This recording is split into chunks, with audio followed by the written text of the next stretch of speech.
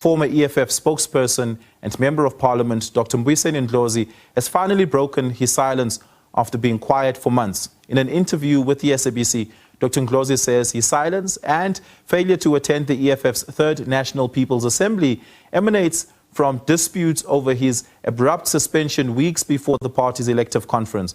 Ndlozi says he was told to stay at home and to stop participating in Parliament and activities of the EFF. For a full interview, catch Morning Live at 6:30 on Monday morning for more on this. I'm not speaking with someone here who sits at home. I'm speaking with someone here who is very well known as a politician who contributes to this country.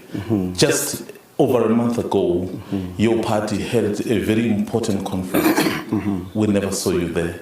We tried to ask, where were you? So we never got the answer. Here we are today. Where have you been? Well, I couldn't attend the conference of the EFF, the NPA, because over a dispute over my suspension.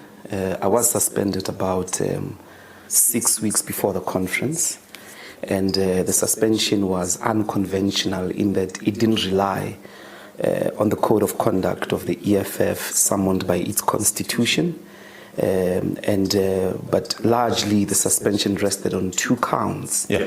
On the one hand, the leadership said that it's in possession of an intelligence report in which they claim that I'm part of the infiltration strategy by the MKP.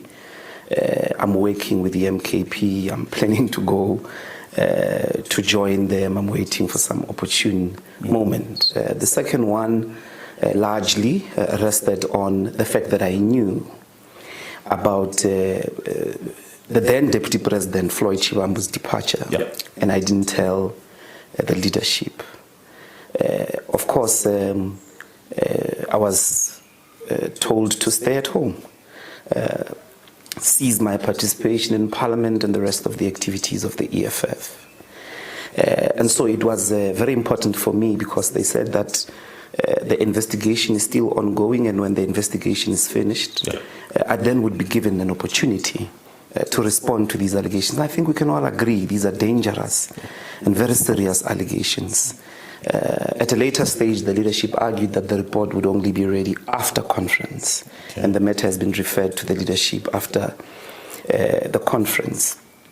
It seemed fair for me to wait to clear my name in relation to these allegations so that I don't function with a cloud, a dark cloud on my head or a gun on my face. As I said, we can all agree these are very serious allegations that one had betrayed the revolution, had been disloyal, and that indeed you are a double agent of some sort. Of course, I can state categorically now that I never planned to join the MKP. I still don't. I never worked with anybody in the MKP in relation to some conspiracy about my departure.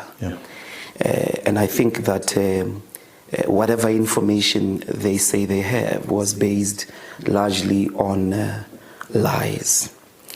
Secondly, I did know about the departure of Floyd Shivambu. He did come to tell me of his consideration, and indeed I did tell him that, look, you would have to take the leadership into confidence, and he did.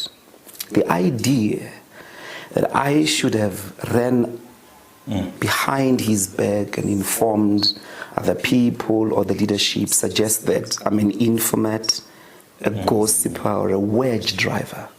I am none of those. It was Floyd's decision. He had to communicate it. It was not my decision. It was his. He had to communicate it, and he did. More of that interview will be broadcast tomorrow morning on Morning Live at 6:30.